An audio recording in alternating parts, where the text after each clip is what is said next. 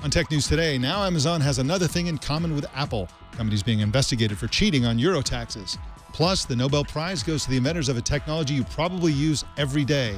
A major Apple partner goes bankrupt, and the feds say it's okay to use the pictures they found on a suspect's phone to create a fake Facebook identity. All that and more coming up right now on Tech News Today. This is Twit. Bandwidth for Tech News Today is provided by CacheFly at CACHEFLY.com.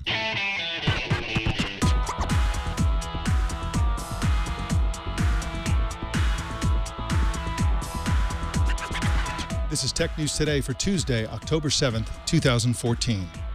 This episode is brought to you by ZipRecruiter. ZipRecruiter makes hiring faster, easier, and cheaper. Post your job to 50-plus job boards with one click. Try ZipRecruiter with a free 4-day trial now at ZipRecruiter.com/TNT. That's ZipRecruiter.com/TNT. And by Squarespace, the all-in-one platform that makes it fast and easy to create your own professional website or online portfolio. For a free 2-week trial and 10% off, go to squarespace.com and use the offer code TNT. Tech News Today is the show where we talk about the tech news with the journalists who report it. Welcome to the show. I'm Mike Elgan. And Jason Howell, how the heck are you? I'm hanging in there. Had my PB&J sandwich in the car on the way, so I'm well fed and ready to talk tech. Hey, you know what? That's a meal for every single meal, breakfast, lunch, and or dinner. It's actually one of the perks of being a parent is that you get to rediscover peanut butter and jelly sandwiches. Do you cut the crusts off your own sandwich? Or just No, I keep that crust on there. It's good stuff. That's right. Nutritious. That's where all the vitamins are. Yeah. And speaking of vitamins, Joe Panettieri is with us. It's our Tuesday gift, our treat. What do we call it? Thank you so much for joining us today again, Joe Panettieri. Smooth transition. Thank you. Thanks for having me. Yeah, and here on the East Coast, it's also PB&J Day, but we cut our sandwiches diagonally, just to keep things a little different. So yeah, it was a new slant. Quite a good meal. Yeah, terrible. So, you know, Joe, I wanted to talk to you about Steve Levy's new joint. It's called Medium. He hinted at it when we had him on as a guest some time ago. But of course, Medium, people are familiar with the site Medium, which is a sort of a newish kind of journalistic endeavor. And Steve Levy has been made the editor-in-chief of Back Channel. Back Channel is essentially, it's a long-form, let's face it, it's a long-form journalism site. What do you think of what he's saying so far, Joe?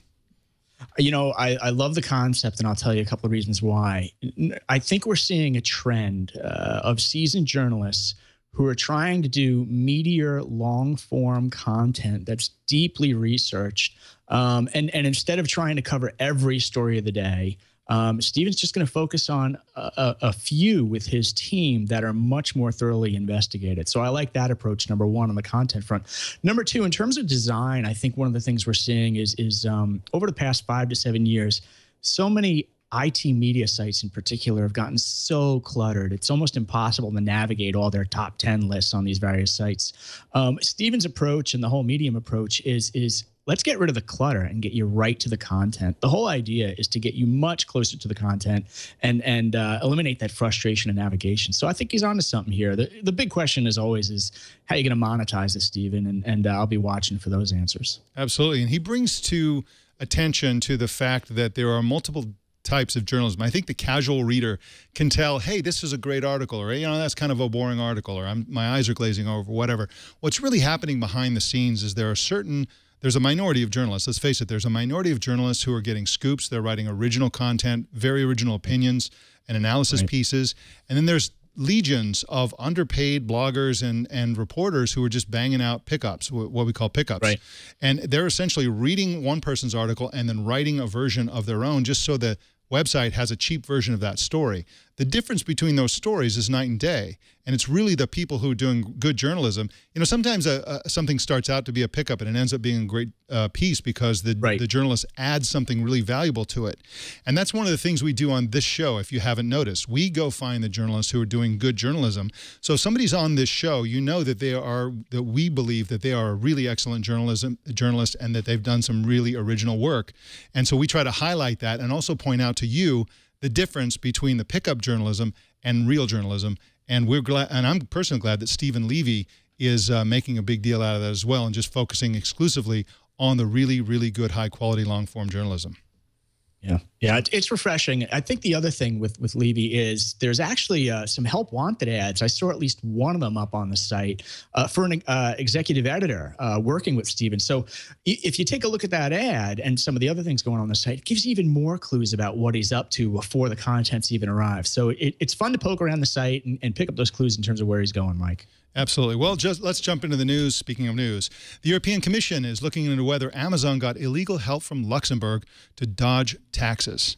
Amazon records most of its European profit with a subsidiary in Luxembourg where the profit is not fully taxed. This is just like the Apple case, Joe Panettieri, where essentially, I love this because it's essentially Europe is going, you American tech company, you're breaking the law with a European country, and so us, right, Europe, are going to crack down on the both of you. And so what this is really about is they've noticed there's sort of a discomfort level in the public opinion in Europe about the pain and suffering caused by austerity measures and on the one hand, and on the other hand, lots of companies are not paying much in taxes. They're not really paying their fair share, and they're doing it through various loopholes. Typically, companies want to incentivize location and business within their own country, pretty much at the expense of the other countries within the European Union. In the case of Apple, in exchange for jobs, they provided Apple with a very favorable tax structure, and then they can funnel a lot of their European profits and so on through that one country instead of having to pay individually on all these different countries. And so, again, this is not they have not been prosecuted or found guilty or anything like that. They announced the beginning of an investigation. Yeah, and we're seeing this over and over again, particularly in European countries where it's a case of, number one, find the money, and then number two, collect the money. I mean, it's almost like a game of Risk, right? Where you're moving your employees and your board pieces around the board on Risk, and the various countries are saying, well, how much of that is in our country, and how much can we collect on that? And before you know it, the vendor once again is trying to move the board pieces again to another country, and it's just a game of cat and mouse over and over again. Yeah, and I wonder if it could end up hurting Europe in the end, because if they really crack down on this sort of thing, a lot of business might be moved out of Europe entirely, and that's not necessarily a good thing for Europe either. But we'll keep watching this story as it unfolds, as they go their investigation. It should only take them about 50 years to prosecute. I'm kidding. Europe is a very slow-moving beast. So this is not going to happen immediately. But, there'll be news trickling out about this, and we will cover it when it does. Well, in just a minute, we're going to tell you who won the Nobel Prize, and they won it for inventing something that you probably use every day and that you might be using right now. But first, I want to tell you about ZipRecruiter. ZipRecruiter is the best way to hire great people. And let me tell you about hiring great people. I've hired lots of people in my day, and I'm telling you, that's the difference between success and failure. That's the one decision you make as a hiring manager, as a business owner, is who you hire. If you hire the wrong people, you're going to end up with a crew of people who are unqualified and unmotivated and don't really know what they're doing. If you hire the best people, you're going to have the best company by definition. So ZipRecruiter helps you do that, and here's how they do it. They solve the problem of the fact that the qualified candidates are everywhere. They don't all congregate in one single place. And so ZipRecruiter lets you post your job to 50+ job sites. And these include Craigslist, LinkedIn, Twitter, it includes job sites and social networks. You can find candidates in any city, industry, or nationwide. You can just post once and watch your qualified candidates roll in to ZipRecruiter's easy-to-use interface. And then once these candidates roll in, ZipRecruiter will help you separate the wheat from the chaff. They'll show you the qualified candidates, and they won't waste your time with the unqualified candidates, which is very, very important because they're really, really casting a wide net. Right now, our listeners can try ZipRecruiter for a free 4-day trial. Just go to ZipRecruiter.com/TNT, and remember that's ZipRecruiter.com/TNT. And we thank ZipRecruiter for their support of Tech News Today. Well, Joe, who won the Nobel Prize for Physics? Well, Mike, let me answer your question with a question. When was the last time you heard about a Nobel Prize victory that actually it involves some sort of practical implication in your home or in your office right now? Any recollection? No, it's usually for some kind of like theoretical thing that's out in the universe. There's a string dark theory thing, and it's like you're like, what? Yeah, so maybe no, it's an I can't remember one. thing. And yeah. Well, this time around, we've got something that actually pertains to probably all of our listeners and viewers today. It involves the inventors of the LED light, a low energy technology. And here with some details is Stephen Shankland, the senior editor over at CNET News. Hey, Stephen, you with us? Yes, I am. Hey, great to have you aboard today. Thanks for joining us. Hey, can you give us a little bit of an overview?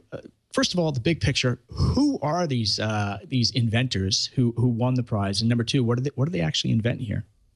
Okay, there are three guys. They were all working in Japan at the time in the 1980s and the 1990s when they figured this out. Somewhat independent efforts. They are Isamu Akasaki and Hiroshi Amano and Shuji Nakamura. These guys were working at Nagoya University and at a private company, and they worked out something that's very important, which is how to make an LED shine blue light. LEDs are all over the place. They're these little electronic diodes that produce light when you put a little bit of electrical current across them, and you're familiar with them all over. But where you see them right now is most usefully is in your laptop screen, in your smartphone, in new LED light bulbs that use very little electricity, in street lamps that use very little electricity. You see them on brake lights in cars. You see them on blinking crosswalk signs. So it was very easy, comparatively speaking, to make red ones and green ones. Once you made the blue ones, you could mix all three of those colors of light together and get white light. So that's when it moved away from, little blinking lights on the side of the computer that are, useful, to actual white light that you could use for illumination everywhere. The reason that's important is because LED light uses vastly less electricity for a given amount of light than incandescent light bulbs or even than fluorescent light bulbs. So by moving to LED lighting, you save a lot of electricity, and therefore you save a lot of money. You help the environment. Now, Stephen, can you talk about, besides prizes, I mean, they get about $1.1 million to split between the three of them, but how have they been rewarded for this invention? I mean, there are hundreds or maybe thousands of companies that are making, unmeasurable amounts of money off of this invention. How much have they been paid ultimately for inventing this amazing technology? Yeah, I'm not sure in the case of Akasaki and Amano. Those are the two guys who worked at Nagoya University. But some of the later developments, specifically with blue light LEDs and blue light lasers, came from Nakamura. And he was working at a Japanese company at the time called Nichiya Chemical Corporation. He got paid $200 for his work, which he patented. And the company got a huge amount of money, millions and millions and millions of dollars from patent licensing royalties. So this actually turned out to be controversial because at the time there was a prevailing cultural ethos in Japan, the salaryman ethos. You work for the company, you dedicate your life to the company, and the company succeeds or not. And he came to the United States and he discovered that he didn't think he was being compensated fairly. So he sued for something like $200 million. He eventually prevailed, although he only got about $8 million out of it. So it's kind of a controversial case because he really shook up the social status quo in Japan. So he's somebody who was willing to push the envelope over his invention. Now, why do you suppose that it took him this long to award it to them? I mean, there hasn't been anything new in recent years. Are they just a super slow-moving organization? It's funny. The Nobel Prize organization, it's actually the Swedish Royal, I can't even remember, but in any event, they do move deliberately. I would hesitate to say slowly. There are some things that they can, immediately reward. But for example, last year, the award was for the Higgs boson. This is one of these abstract theoretical physics things that you probably have no idea what it means. It took a very long time, about half a century, from the prediction of the Higgs boson to actually turn into the discovery and verification of the Higgs boson. So they weren't willing to give that award until they had actual concrete proof that arrived that the Higgs boson existed. When it comes to something like LEDs, I actually spoke to the head of the American Institute of Physics, and this was on their short list of candidates, of things that could get the award. And certainly, they could have given this earlier, but it takes a little while sometimes for them to have a slot in the Nobel Prize calendar that doesn't need to go to something more urgent, and also for something to prove itself as truly influential. So in the case of the blue LEDs, which leads to white LED light, that's really only taking off now as a big thing. The costs are coming down enough and the commercialization is spreading fast enough that it's an important thing now. 5 years ago, it was very interesting technology, but it really wasn't affecting nearly as much as it is today. So I think the timing is actually, pretty good for them, because this is really when LEDs are coming into their own. Well, they didn't get fairly compensated, but they will always have our undying gratitude. Stephen Shankland is at cnet.com, and you can follow him on Twitter at STShank. Thanks for joining us, Stephen Shankland. Thank you. Apple's partner for the making of Sapphire displays has filed for Chapter 11 bankruptcy protection. The move comes less than a year after it signed a $578 million deal with Apple. Ben Fox Rubin is a reporter at CNET, and he joins us now. Welcome to you, Ben Fox Rubin. Hey, how's it going? It's going great, thank you. Is the company in trouble? Are they at risk of going out of business? I would say Chapter 11 bankruptcy would definitely describe the fact that they could certainly go out of business, and something went wrong over there and went wrong very badly. So I think they're in a lot of trouble. Hey, Ben, in terms of something, quote unquote, going wrong very badly, can you connect the dots with us potentially between this event and then the iPhone 6 launch? Like a lot of us expected a Sapphire screens at some point with the iPhone 6, but we're not seeing them. Was that part of the original plan? Did it get scrapped? Is there anything going on here in terms of the business relationship? There were a lot of expectations throughout 2014 for, basically ever since that this first got announced in November 2013, this $578 million deal. And a lot of folks, industry watchers, reporters, investors, were all expecting some sort of big Sapphire use case in the iPhone 6. And when that didn't happen, GT Advanced, which is the company that was making Sapphire for Apple, their stock started to slide from, in early September, $17 a share to $11 a share as of Friday. After they announced Chapter 11 bankruptcy, their shares are now trading at around $1 a share.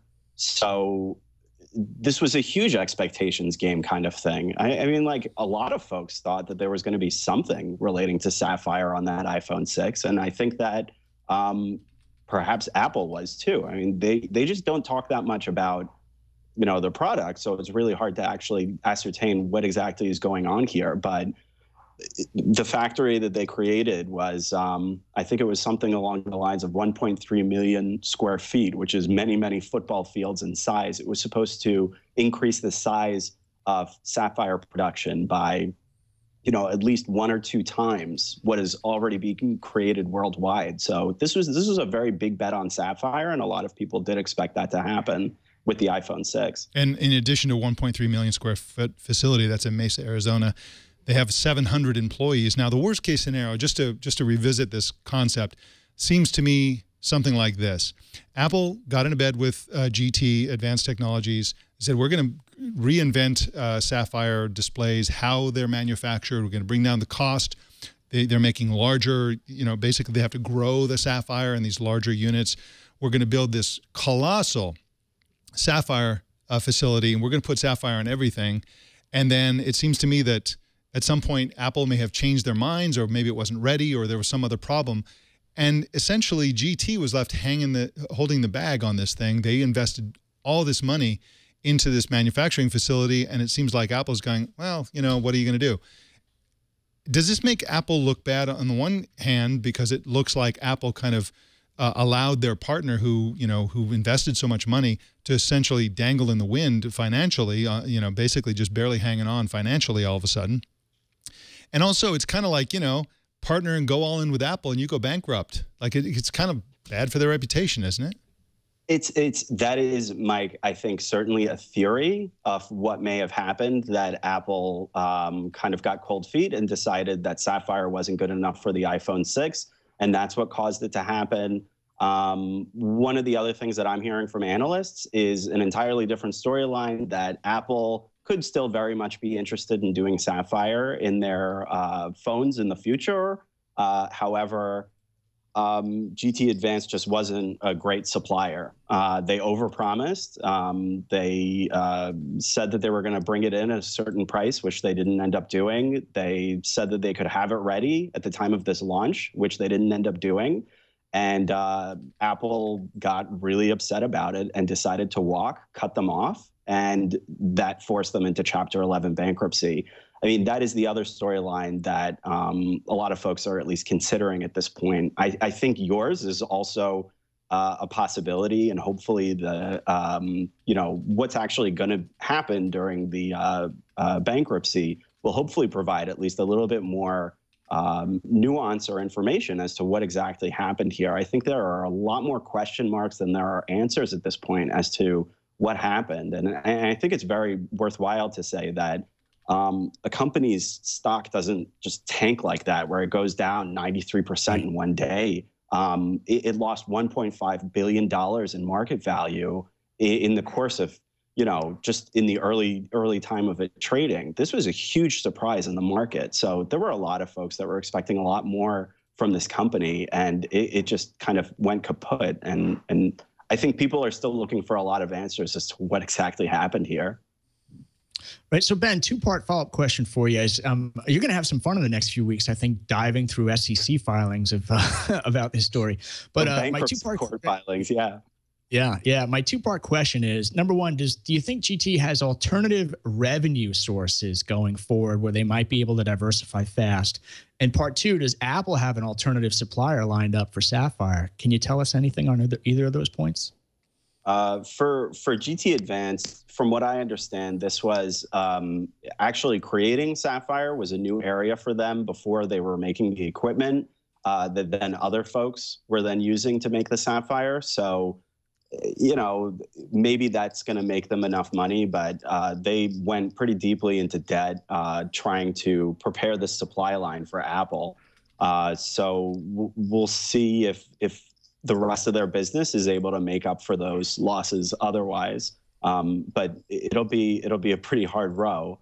As far as whether Apple can find another Sapphire supplier, the whole point of them making this deal with GT Advanced was because there just wasn't enough supply in the open market for what they wanted to do. So one would assume that they would have to create a completely new sweetheart deal with somebody else, like a completely different supplier, if they actually expected to develop this much Sapphire. Like I said, this was a huge facility in Arizona, and that amount of Sapphire doesn't just fall from the sky. So there are other suppliers out there that make Sapphire. There are plenty of them, but you can't just end up, you know, buying this much stuff on the open market. Why don't they just buy GT? I mean, they spend that kind of money on security for their Spaceship Campus site every day. I mean, just, you know, write a check and they can own the whole thing, all the equipment, the factory, all of it. Why didn't they do that already, though? You know, this was a very small company comparatively to Apple, and I had always wondered, you know, why make this sweetheart deal in the first place? I think what you could point to is the fact that this was a bet on Sapphire. Apple was willing to put down, you know, $578 million in its chits, and it was structured in such a way that Apple could walk away at some point. So I don't know that they want to own GT Advanced. If they did, they probably would have bought them already. Apple has more money than virtually every other company there is out there. Yeah, and of course, if they did want to buy them, now's the time because their stock price is tanked. Ben Fox Rubin is at cnet.com, and you can follow him on Twitter at Ben Fox Rubin. Thank you so much for joining us, Ben. Much appreciated. Thanks, Mike. All right. Well, Joe, the Korean users of messaging services were recently delivered some bad news by their own government. What do they do about it? There may be some bad news and now some good news coming. So this story, Mike, really shows how privacy concerns can trigger a mass user exodus from one app to another. This time, as you pointed out, it involved South Korea and the government allegedly spying on their citizens, and then a German app provider stepping in and potentially providing a rescue app here. Here with the details is Russell Brandon, a reporter from The Verge. Russell, you on the line with us? Yes, I am. Hey, it's great to have you aboard. Thanks for joining us. Hey, Russell, tell us, what is going on in South Korea where so many users are so concerned about privacy right now? What triggered this concern? So there had been a lot of, a lot of people have been criticizing the South Korean president, Park Geun-hye. I hope I'm saying that right. And, I think this had been sort of going on for a while, and tension had kind of been building. The government wasn't super happy about all the criticism. And then 2 weeks ago, I think there was sort of a breaking point, and the president said, look, this is against the law to insult the president and sort of rumor mongering. I think South Korea has very different rules about that than exist in America. And she essentially announced, listen, if you say this through these various channels, we have prosecutors out looking for cases. And if you say this, they'll take you to court over it. And particularly that included the very popular chat program Kakao Talk, which the vast majority of South Korean cell phone users uses. People had sort of assumed that this was private in the way that you would think, a message you sent over iMessage or WhatsApp.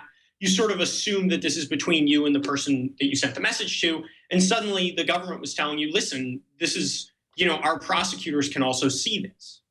The numbers on this are astonishing. The number of users who have left Kakao Talk is around 400,000 in the past week. And the number of people who have downloaded Telegram is 1 million. Is the government... 1 million and a half, according to... That was my I talked to the Telegram people yesterday, and they told me, in the past week, they've gotten 1.5 million signups, which, I think it's good news for any startup. Sure. Whatever the reasons behind it. In this case, the reason happens to be privacy. That would be a big number even in China, but in tiny South Korea, that's an incredible number. And I can't believe that the government would just allow a German app to come in and replace the one that they're sort of hacking, if you will. What do you think they're going to do about this? Do you think they're going to crack down on Telegram? Well, I think they'll have a hard time doing that. I mean, there's actually, I refer to it, the servers are based in Germany, but the founder, it's actually an interesting story. He founded VK, which is the Russian equivalent of Facebook. It looks very much like Facebook, but had some problems with the Russian government with VK and left Russia sort of essentially permanently. And the thing he wanted to do was create an encrypted chat program because he had such a bad experience with the government in Russia. So I think if they did try to shut down Telegram, it would be very, very difficult for them. They would have to institute some really serious internet controls that I think would escalate this, situation even more. So I don't know. It's possible they'll try to do that, but I think at this point they have to let South Korea vote with their feet. Yeah, in terms of the messaging coming out of Telegram right now, they've been using big social media channels like Twitter, for instance, to entice those South Korean users over to their platform, number one. And number two, could you also read some of those tweets as sort of like basically, I don't know the right word here, but potentially ruffling the feathers of the Korean government? I mean, how did you read those tweets when you saw them? Yeah, I mean, it's a challenge. They are saying, if you're unhappy with the South Korean government, and I think a lot of South Koreans, that's the sort of ultimate reason behind all of this, is a lot of people are saying, listen, this president doesn't know what she's doing. And then you have, they really want to say that, and the government's making it very, very hard for them to say that and feel safe and feel like they're not going to get thrown in jail or get their friends thrown in jail. And I think Telegram is being very canny, tapping into that and saying, listen, we're a great way to do that if you want to do that and make sure that you're only sending the message to the people that you mean to be sending the message to. And I think apps like Telegram that provide some kind of security one way or the other is the future, and nothing says the future like the word telegram. Kind of an odd name there. Russell Brandom writes at theverge.com, and you can follow him on Twitter at Russell Brandom. Thank you so much for joining us, Russell. Yeah, my pleasure. The U.S. Drug Enforcement Administration, the DEA, is defending its impersonation of a woman on Facebook. An exclusive by investigative reporter Chris Hamby on BuzzFeed found that the DEA created the fake account of a real person without her knowledge or permission. The agency used her real pictures too, which they had taken from her seized cell phone when she was previously arrested. They also posted pictures of her son and niece. Chris Hamby joins us to talk about his exclusive. Welcome to you, Chris Hamby. Hi, thanks for having me. Now, what did the DEA use the woman's identity and fake Facebook account for? It's not completely clear how this was used in the investigation, but they have acknowledged that they used it to send out a friend request to a fugitive and to accept friend requests from other people. And then other than that, they've only specified that it was used as part of a legitimate law enforcement investigation, as they characterize it. How do they gain access to her phone and her photos for this operation? So she was originally arrested and suspected of being part of this drug ring in upstate New York. And it actually turned out that she was in a relationship with the man who was, authorities believed, the head of this drug ring. She was not particularly involved. Her involvement was fairly minimal. And a judge later just sentenced her to probation. She was essentially a bit player in this whole thing. But during that arrest, they did seize her cell phone, and then they used that cell phone to create this Facebook page. That is creepy, I got to tell you. So what did experts on privacy law tell you about this particular case? They pretty much unanimously found it very disturbing.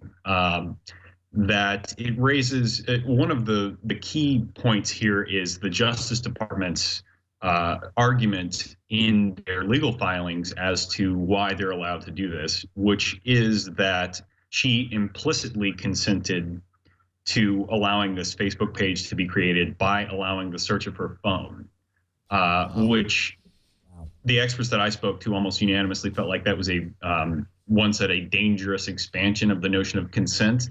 It really, taken to the extreme, think about all the stuff that we have on our smartphones now. I mean, if the government could use consent to search a phone to use anything on that phone for any purpose, that has potentially very far-reaching implications. Now, what about her child's photo? Was that also involved here? And how are they trying to justify that? So, yes, they've acknowledged that the agent did post a photo that included the woman's young son and her young niece. And they have not articulated a specific defense of that aside from the general defense of creating this page, which I just outlined. But this is being put forward by the U.S. Attorney for the Northern District of New York.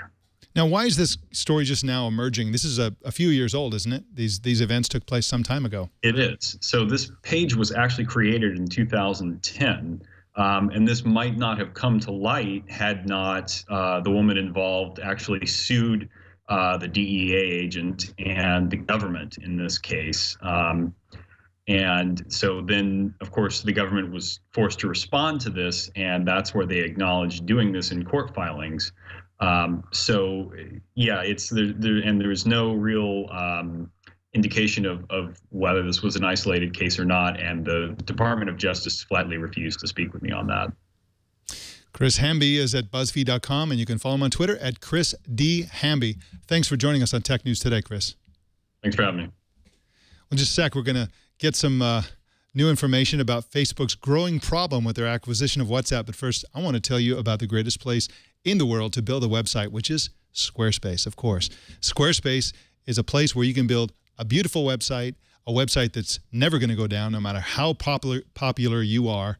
And it's going to be super, super easy to use. You don't have to be a design genius to have a beautifully designed site. You don't have to be an engineering genius to have a beautifully engineered site. All you have to do is go to Squarespace and sign up for an account, and it's extremely affordable, about $8 a month, and that includes a free domain name if you sign up for a year. Now, you start with 25 templates. These are incredibly well-designed templates, and then you can customize them, add your own content, of course. You can create a blog or any sort of site. You can sell things. You can start a business or collect money for your nonprofit, whatever you want to do.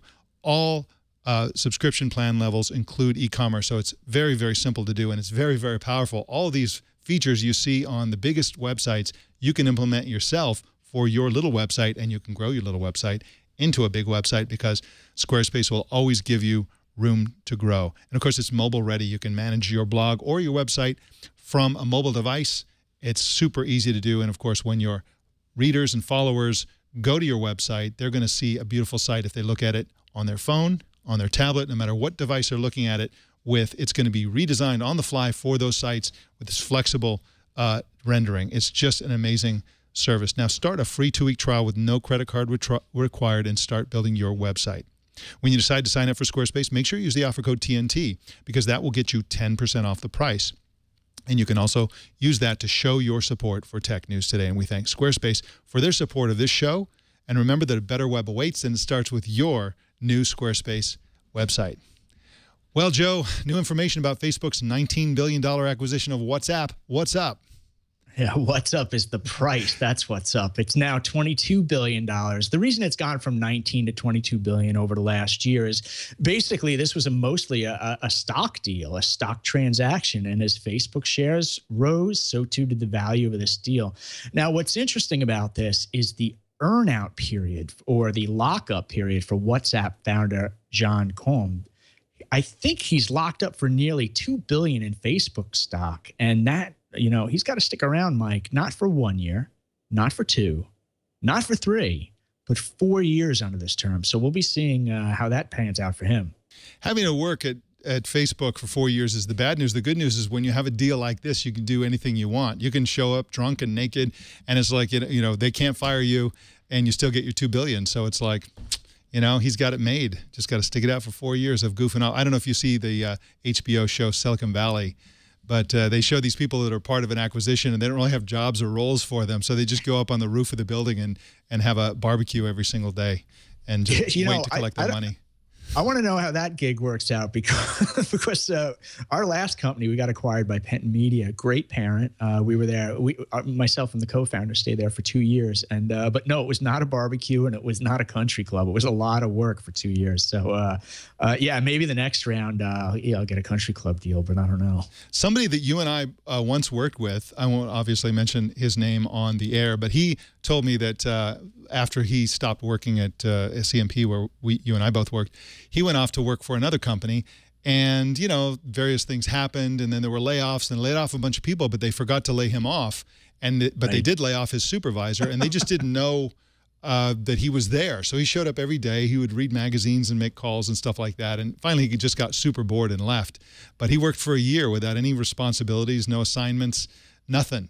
So sounds like a modern media strategy to me. Absolutely. Well, speaking of WhatsApp, Facebook CEO Mark Zuckerberg had to use the WhatsApp app to communicate with Oculus VR CEO Brendan Iribe. The reason is that Iribe, like many Facebook users, didn't want to install the separate Facebook Messenger app on his phone.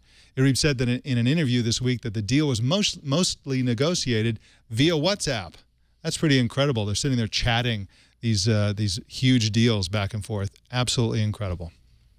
Well, our TNT fan of the day is Flavien Wen in Toulouse, France, who listens to TNT by controlling it with his Pebble smartwatch. And there's the Pebble smartwatch watching episode 1106.